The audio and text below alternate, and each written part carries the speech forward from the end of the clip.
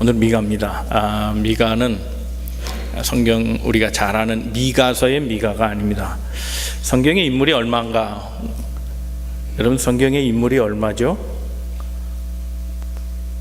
잘 모르시죠? 저도 잘 모릅니다. 이게 다 달라요. 작게는 한 800 얼마, 한 1900 가까이 됩니다. 많게는 2300명이에요. 통계가 정확하지 않아요. 이거 컴퓨터로 넣어서 솔팅해도 똑같이 나와요. 이게 잘 몰라요. 왜냐하면 동명이인인지 동일인인지 어떤 건 몰라요. 그래서 그래요. 뭐 알긴 알아요. 지명을 치면 다 알아. 뭐 요즘 컴퓨터 작업하면 다 데이터베이스 나오잖아요. 다 나오는데 이게 겹친 사람인지 아니면 따로 분류해야 되는지 잘 모르기 때문에 그래요. 한 2000명 봅시다. 성경에 2000명이 그러면 다 의인이냐? 우리가 지금 타이틀을 성소의 영웅, 그래서 92번째가 됐는데 성소의 영웅인가 의인인가? 그거는 아니거든요. 때로는 악인도 있고 좋은 사람이 아닌 사람도 있습니다. 자, 오늘 이제 말씀을 생각하면서요, 이제 9번째를 넘어가니까 저도 많이 찾아야 돼요. 의인을 많이 찾아야 되는데 크게 주목할 사람은 대개 다 한 것 같아요. 그러니까 남은 사람을 또 찾아야 되는데 2000명 가운데서 이게 좋지 않은 사람도 또 생각해 봐야 될 필요가 있다고 생각합니다. 비록 의인은 아니어도. 그러니까 의인으로부터는 착한 걸 배우고요, 악인으로부터는 못된 것이 뭔가 살펴서 그렇게 안 살면 되잖아요. 그래서 성경의 악인도 참 중요하다는 생각을 해봅니다. 그래서 좋은 장점은 자꾸 취하고 악한 것을 보면서 이렇게 살면 안 되지, 이렇게 살면 큰일 나겠다, 자기를 살피고, 그래서 누구를 만나든지 거기에서 주는 교훈을 가지고 우리도 성경이 바라는 그런 인물로 날마다 세워져 가야겠다는 생각을 해봅니다. 오늘 미가는 말씀드린 대로 예언자 미가가 아니고요, 에브라임 지방 거기에 미가라 그랬습니다. 이 에브라임 지방의 미가는 사사시대 사람입니다. 이 사람은 이름대로 살지 못한 의인보다는 악인 축에 속하는 그런 사람입니다. 미가야의 약자이기도 하고, 우리가 잘 아는 마이클이라는 영어 이름, 미카엘이라는 이름의 약자입니다.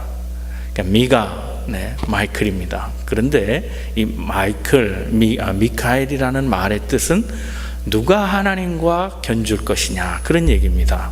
용사 같은 사람입니다. 용사 같은 사람. 그래서 감히 어떤 악인도 넘볼 수 없는 사람, 그가 미가엘이고, 미가는 그런 사람이 돼야 되는데 그렇지 못했다는 겁니다. 자, 오늘 이 미가의 이야기를 살펴보면서 우리 모두에게 하나님의 은혜가 함께하기를 주님의 이름으로 축원합니다. 우리 옆에 분 서로 건면하시고 말씀 듣겠습니다. 하나님은 오늘도 당신을 향한 계획을 가지고 계십니다. 첫 번째, 이 미가로부터 배워야 될 게 뭔가 하면 인간이 돼야 된다는 겁니다. 인간이 되라. 사람이 돼야 됩니다. 미가의 가정은 결손 가정입니다. 다 있어 보이는 가정입니다. 풍성한 가정입니다. 부자처럼 보이는데 도덕성이 결여됐습니다. 도덕성이. 집안이 무질서합니다. 예가 없습니다. 바르지 않고 양심적이지 않습니다.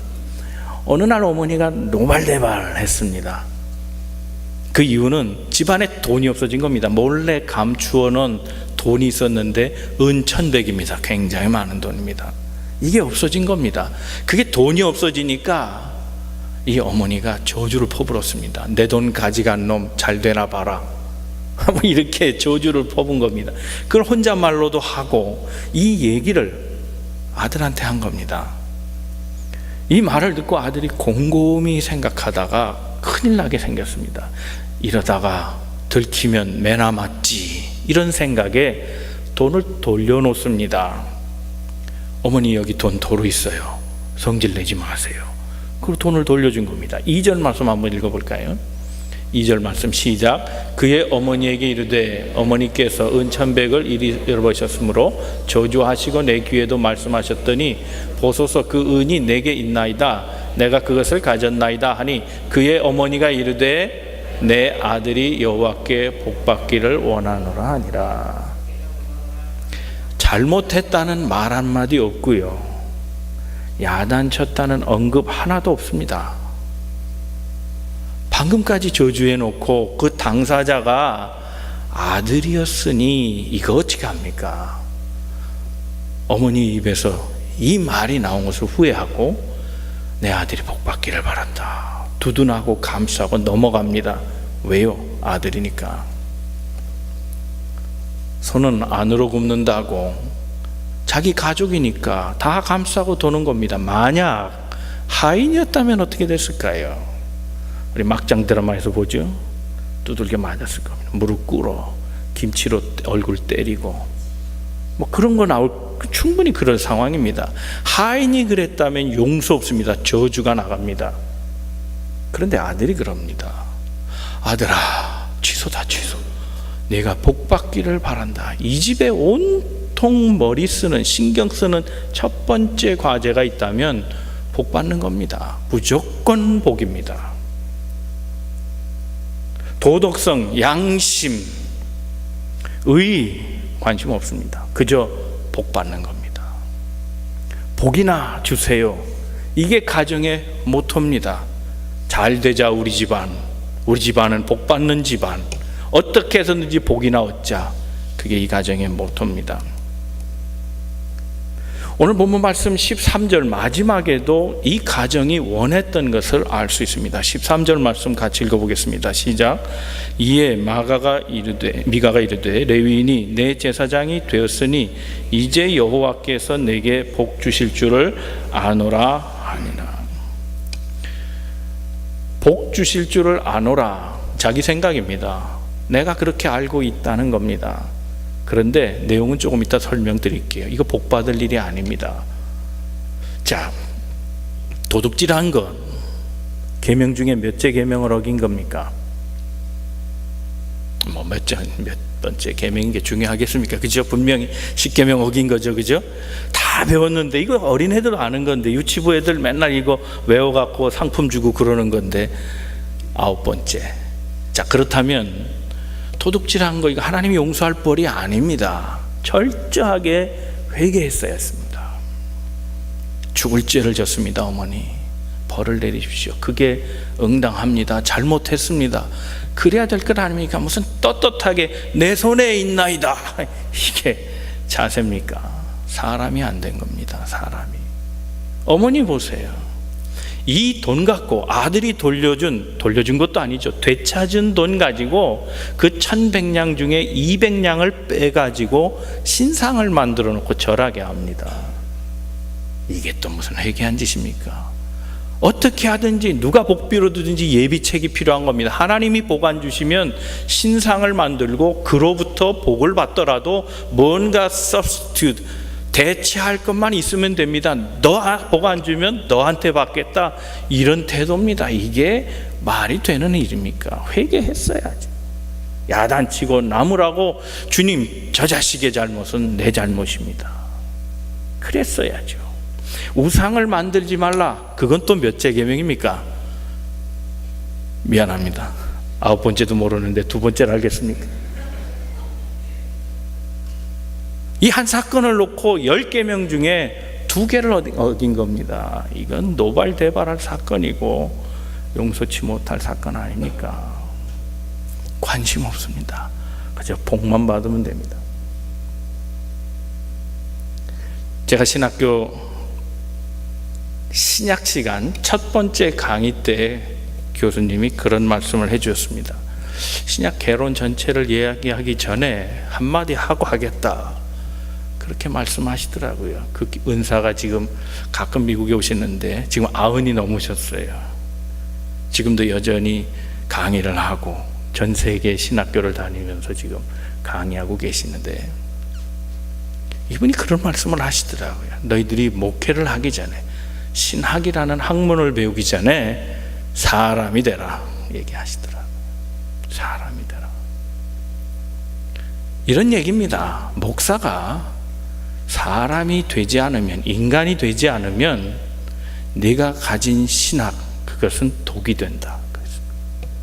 목사가 사람이 안 되면 너의 목회로 많은 사람들이 괴롭힘을 당한다 라고 얘기하시는 겁니다. 그렇지 않습니까? 인간성이 안 되면 직분을 가져도 교회 일을 인간성 안 되게 하는 거예요. 꽉 막힌 사람이 교회 일을 하면 꽉 막힌 교회 일이 나오게 돼 있는 거예요. 고집불통이 그 성격을 못 고치고 교회를 맡기면 교회 일은 다 고집스럽게 할 수밖에 없어요. 자기 주장만 하는 것, 남의 이야기는 전혀 안 듣는 사람이 직분을 맡아놓으면 교회 일 모든 일들을 다 자기 주장만 하게 돼 있어요. 남의 얘기 안 들어요. 그래서 사람이 돼야 되는 거예요. 거룩한 일을 맡으려면, 하나님의 일을 맡으려면, 주의 사역을 하려면 먼저 인간이 돼야 되는 게 인간이. 이게 중요한 겁니다. 매우 중요한 일입니다. 내가 이해타산에 젖지는 않은지, 내가 계산적인 사람은 아닌지, 이해타산적이고 계산적인 사람이 주의 일을 하면 반드시 자기 유익을 위해 일하게 돼 있어요. 이건 이제 마지막에 다시 생각해 볼 겁니다. 그러므로 사람이 돼야 됩니다. 사람이 되지 아니하고는 안 됩니다. 미가의 가정은 이 어려운 시기, 위기에 철저하게 회개하고 거듭났어야 하는 겁니다. 여러분, 우리가 신앙생활할 때 착각하고 있는 건 뭐냐면, 우리가 신앙생활 하는데 복 받는 것이 중요하다고 생각하는 겁니다. 그게 착각입니다. 복은 복 있는 사람이 되면 따라오는 결과이지 우리는 복을 위해 일하는 게 아닙니다. 복 있는 사람은 시작하잖아요. 복 있는 사람이 되면 하나님이 복은 자동적으로 주시는 거예요. 그러므로 우리는 복을 구하지 말고 복을 받을 만한 사람이 되도록 노력해야 되는 거예요. 회개 기회가 주어졌을 때 회개하면 그는 복을 받을 만한 사람이 되는 거예요. 그것 없이 복만 바라니 문제가 더 꼬이고 그래서 그것에서 못 벗어나요. 복을 생각하는 사람은 모든 게 다 복 중심으로 가요. 참 사람은 이상하죠. 그렇게 몰입하게 돼 있고 편집증적인 그런 자세를 보이게 돼 있어요. 복에 집착하면 복밖에 몰라요. 여러분, 우리가 많은 설교 듣습니다. 신앙생활 10년 하신 분, 주일 예배만 나와도 1년에 50번씩 설교를 들으면 설교만 500편 들은 겁니다. 새벽 기도 하신 분 곱하기 일주일 또 하고, 수요예배까지 하시고, 가정예배도 드리신다면 인터넷에서 설교 다 듣고 등등 해서 설교를 들으면 여러분 몇천 번을 설교를 들었을 거 아니에요. 그래서 착각하는 게 있어요. 내가 좋은 신앙인이라고 생각하는 거예요. 천만에요. 그래서 바뀌는 게 아닙니다. 늘 좋은 설교를 들으니 자신도 모르게 나는 좋은 사람이라고 생각합니다. 그 꿈을 깨야 합니다. 복을 구하기 전에 복받을 사람으로 날마다 변해가야 합니다. 사랑하는 성도 여러분, 복을 구하지 말고 복받을 인생 되시기를 주님 이름으로 축원합니다. 그러면 하나님이 다 주시는 거예요. 두 번째 생각할 것은, 이 미가의 가정은 돈이면 다 된다고 생각한 겁니다. 10절 말씀 한번 같이 읽어볼까요? 10절 말씀 시작. 미가가 그에게, 10절이요 시작. 미가가 그에게 이르되 아버지와 제사장이 되라. 내가 해마다 은열과 의복 한 벌과 먹을 것을 주리라 하므로 그 레위인이 들어갔더라. 자, 말씀드린 대로 되찾은 돈 1100 가운데 200을 가지고 신당을 만들었어요. 그러니 제사장이 필요하죠. 그 제사장을 못 찾는 겁니다. 왜? 이스라엘은 영토 분배에 있어서 레위인이 곳곳에 있기는 했지만 자기 지파 중심으로 살았잖아요. 미가 지파, 에브라임 지파예요. 레윈이 없는 겁니다. 자기 지역에 사는 데는 없는 겁니다. 멀리 떨어져서 에브라임 영토 가운데 어느 한 지역에는 있겠죠. 그런데 신당을 지어놓고 생각하니 그렇게 할 필요가 없더라고요. 차라리 어차피 레위인 두고 뭐 그렇게 뭐 먹여 살릴 거면 우리 집에서 만들면 되잖아요. 그래갖고 미가의 아들을 자격도 없는데 그냥 세워놓은 겁니다. 그는 레위인이 아닙니다. 자격이 없습니다. 그런데 무조건 돈으로 세워놓은 겁니다. 힘으로 물려붙인 거예요. 돈이라는 파워로 자기 자식을 제사장으로 만들어 놓은 겁니다. 뭔가 찝찝하죠. 뭔가 지금 부족했다고 느낀 겁니다. 그러던 차에 지나가는 거류민이 하나 있었습니다. 그런데 보니 레위 사람입니다. 묻습니다. 도대체 여기 웬일이냐? 난 레위인인데 거주할 곳을 찾고 있어. 잘 됐네. 그럼 우리 집에 와라. 그러면 내가 너 숙식 제공 다 한다는 거야. 은도 주고 때를 따라서 내가 옷도 계속 해줄 거야. 어때? 딜? 오케이. 그리고 제사장이 또 하나 생긴 겁니다. 그렇다고 미가의 자식이 제사장을 더 이상 안 한 것도 아니고 그도 시키고 제사장, 레위 출신의 제사장도 또 만들어 놓고 이러면 다 된 거 아닙니까? 뭐든지 다 돈으로 하려고 했습니다.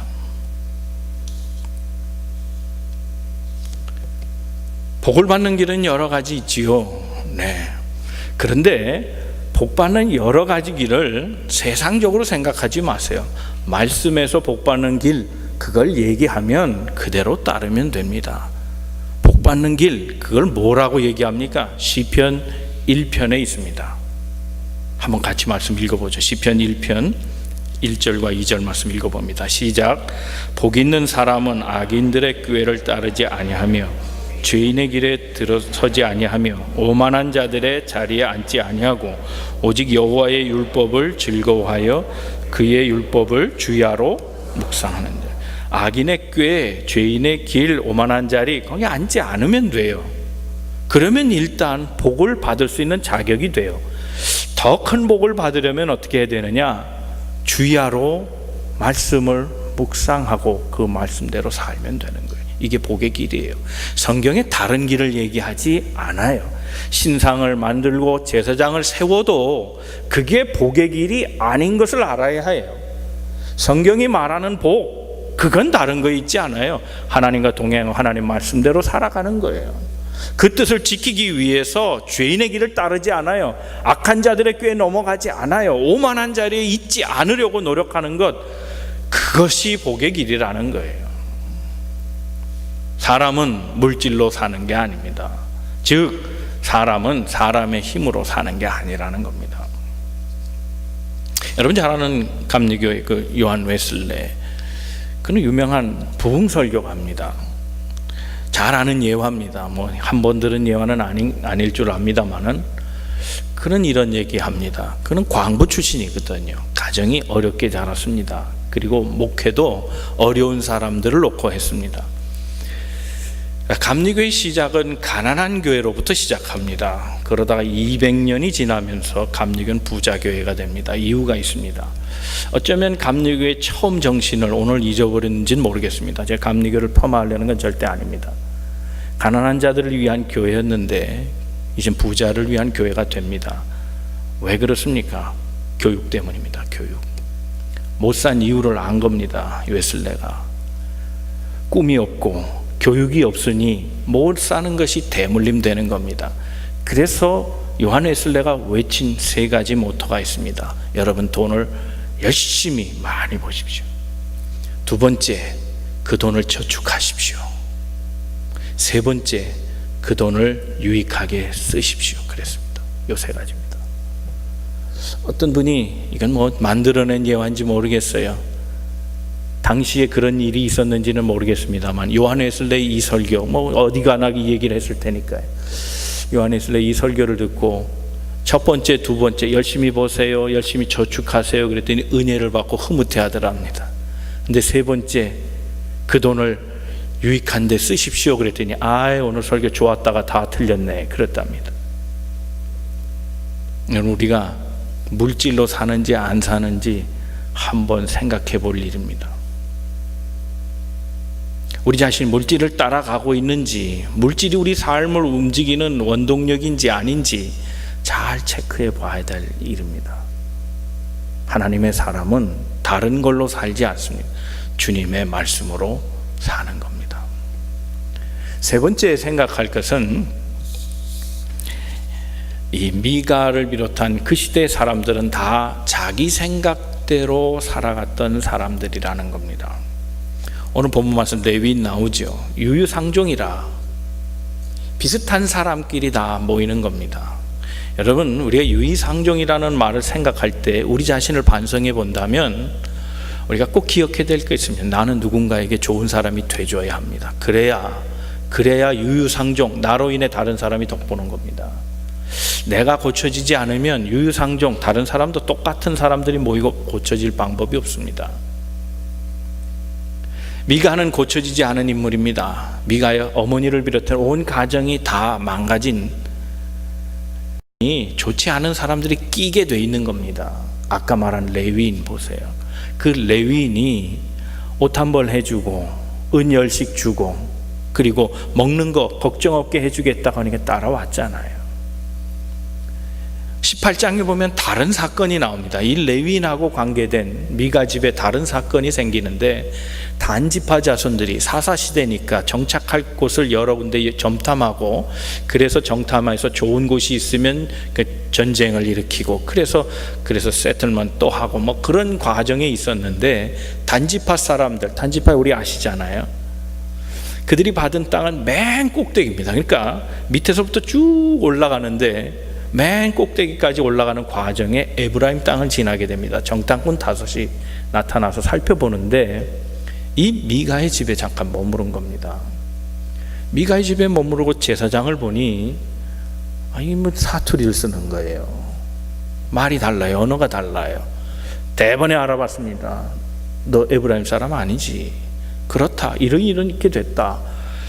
얘기를 쭉 하다가 알게 된 것은 이 집이 부자라는 겁니다. 거기에 신상도 있고 온갖 은금이 다 가득 차고 이 집 꽤 돈 많아. 그 소식을 알게 된 겁니다. 이 다섯 정탐꾼이 살펴보니 여기는 시딤하고 멀고 등등, 그래서 시돈 땅 거기하고 멀고, 그래서 여기는 안전한 것 같습니다. 그래가지고 보고를 합니다. 이 땅 괜찮습니다. 그래서 단지파 600명이 그 땅을 들어와서 전쟁을 하게 되고, 나가는 김에 600명이 미가의 집 앞에 진열해 있고, 이 단지파 5사람이 안에 들어가서 신상을 다 훔쳐갖고 나옵니다. 돈을 다 훔쳐갖고 나오면서 레위 이 제사장을 딱 마주치게 되며 얘기합니다. 성경에 보면 손을 이렇게 대고 쉬 그랬다는 겁니다. 조용해. 본거만 하지 마. 아니야. 생각해보니 너 우리랑 같이 가면 좋겠다. 그렇게 얘기합니다. 18장 19절 말씀입니다. 한번 같이 읽어보죠. 시작. 그들이 그에게 이르되 잠잠하라. 내 손을 입에 대라. 우리와 함께 가서 우리의 아버지와 제사장이 되라. 내가 한 집에 제사장이 되는 것과 이스라엘의 한 지파 한 족속의 제사장이 되는 것 중에서 어느 것이 낫겠냐 하는지라. 그 제사장이 마음이 기뻐하여 에봇과 드라빔과 새긴 우상을 받아 가지고 그들 가운데로, 백성 가운데로 들어가니라. 미가 사람들이 너 우리 집에 와서 제사장 할래? 그랬더니 흡족해 했다 그랬습니다.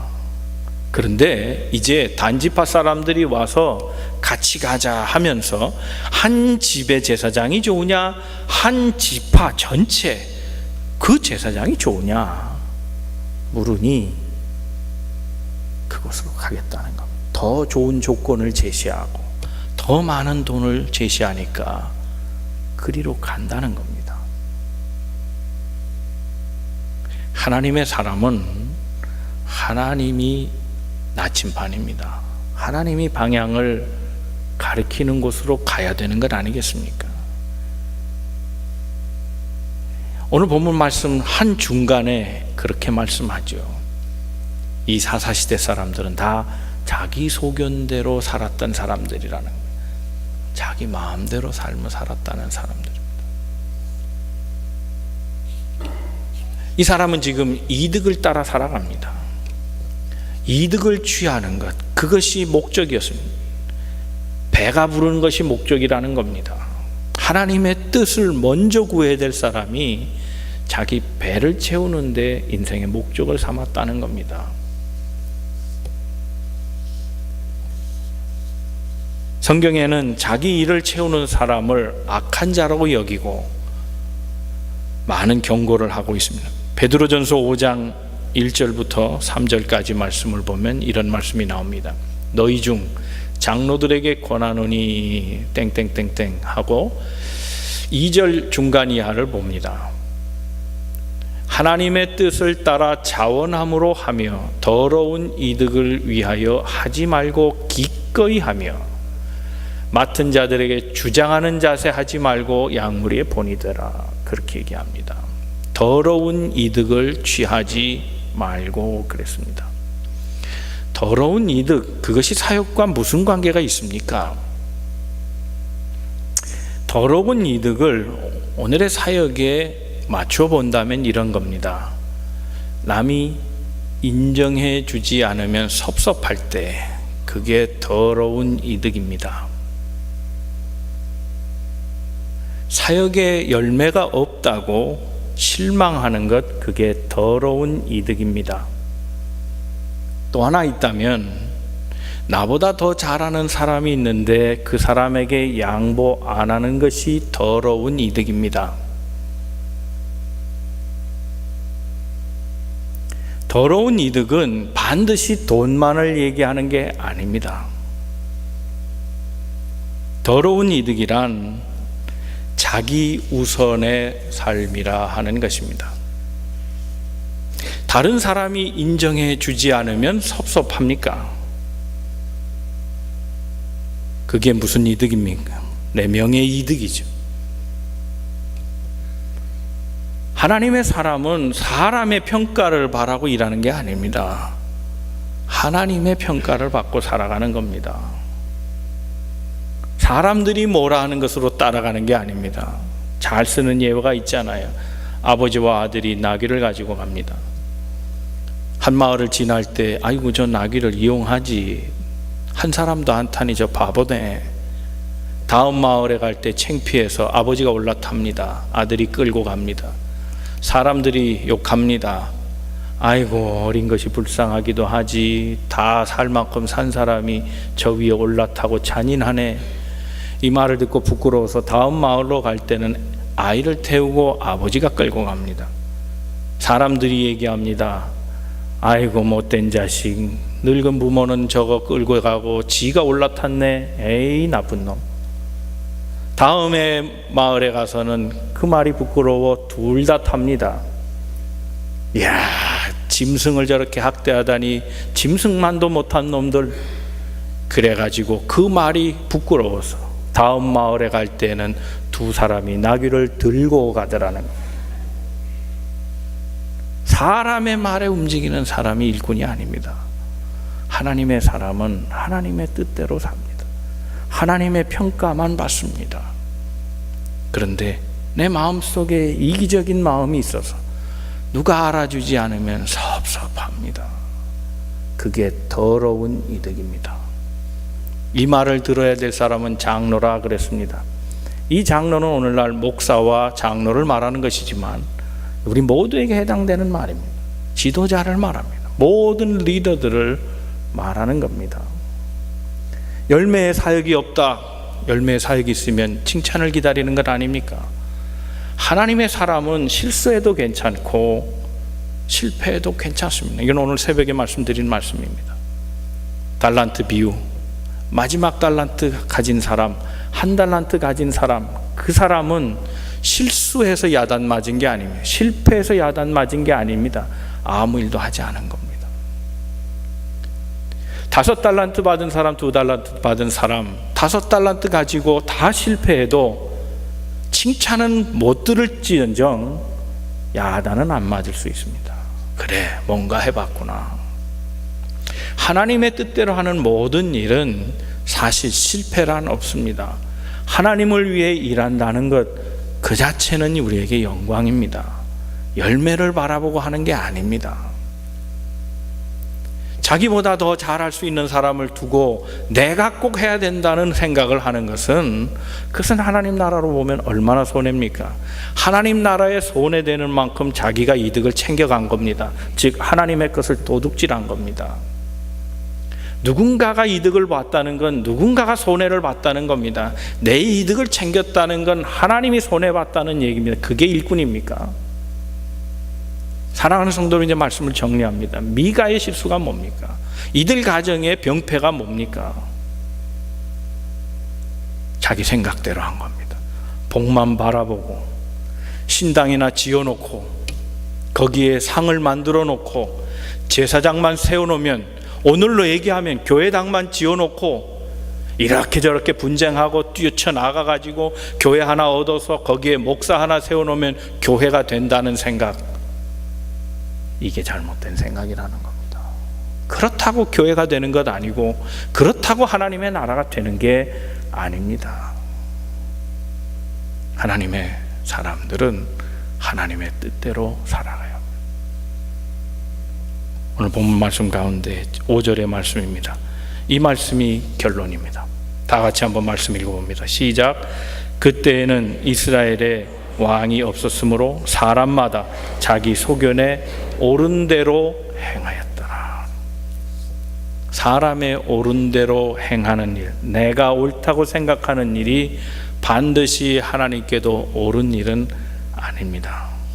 미가는 하나님의 사람으로 살아야 했습니다. 그의 이름이 미카엘이기 때문에 그렇습니다. 하나님은 오늘 우리에게도 그 이름대로, 그리스도인이라는 이름대로 살기를 원하고 계십니다. 하나님의 뜻에 순종하십시오. 복받을 사람 되십시오. 하나님이 복 주십니다. 사람의 힘으로 교회를 세워가지 마십시오. 하나님이 역사하시면 됩니다. 자기 생각대로 살지 마십시오.